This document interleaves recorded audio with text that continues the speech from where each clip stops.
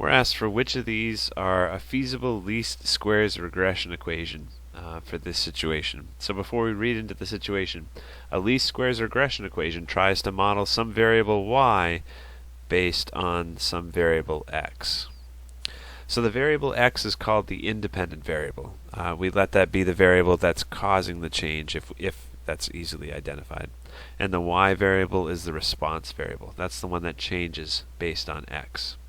So if you have time, and if you're not talking about some crazy physics thing that I don't understand, okay?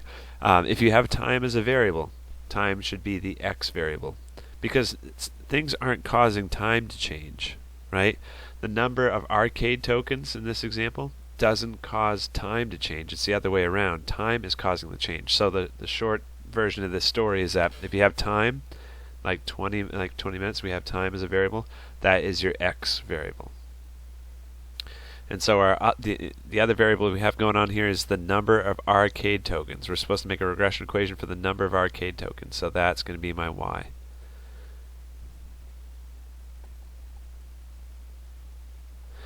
Okay, so to figure out which of these equations are feasible, let's just go through each one and think about what they mean. Oh, sorry, here. These should all say y equals. Let me put that in just so I don't confuse anybody.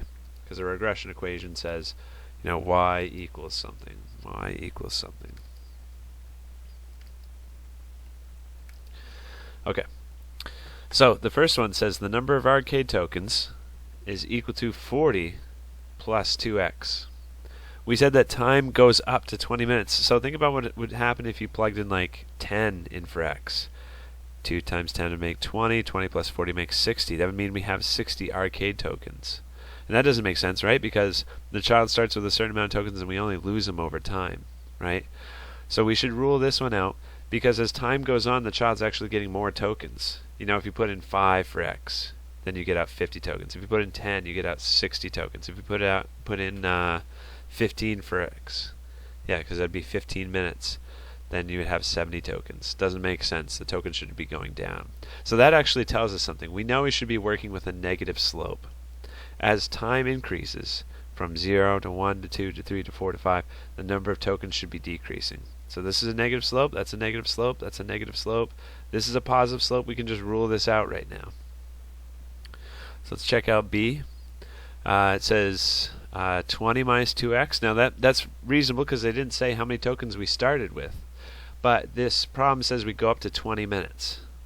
Right? So if you plug in the maximum amount of time in here, x equals 20, then this says that there are negative 20 times 2 makes 40. That means 20 minus 40 that means there's negative 20 tokens here. And that doesn't make sense, right? There's not negative 20. You can't have negative 20 tokens unless you're talking about like owing somebody tokens. So we're going to rule this one out. Probably not a good fit for the regression equation because we're not going to have any data values that have negative tokens. Option C, y equals negative 40 minus 2x. Now, the y-intercept is your starting amount. It's how much you have when x equals 0. So when we're at 0 minutes, before we even started this spending spree, this is saying we owe 40 tokens, which doesn't make sense, right? We have a starting amount of tokens. And then this one, same thing. This means you start with 0 tokens, and then you're decreasing tokens all the time. That doesn't make sense, right? Because if you plug in x equals 5, then you have negative 10.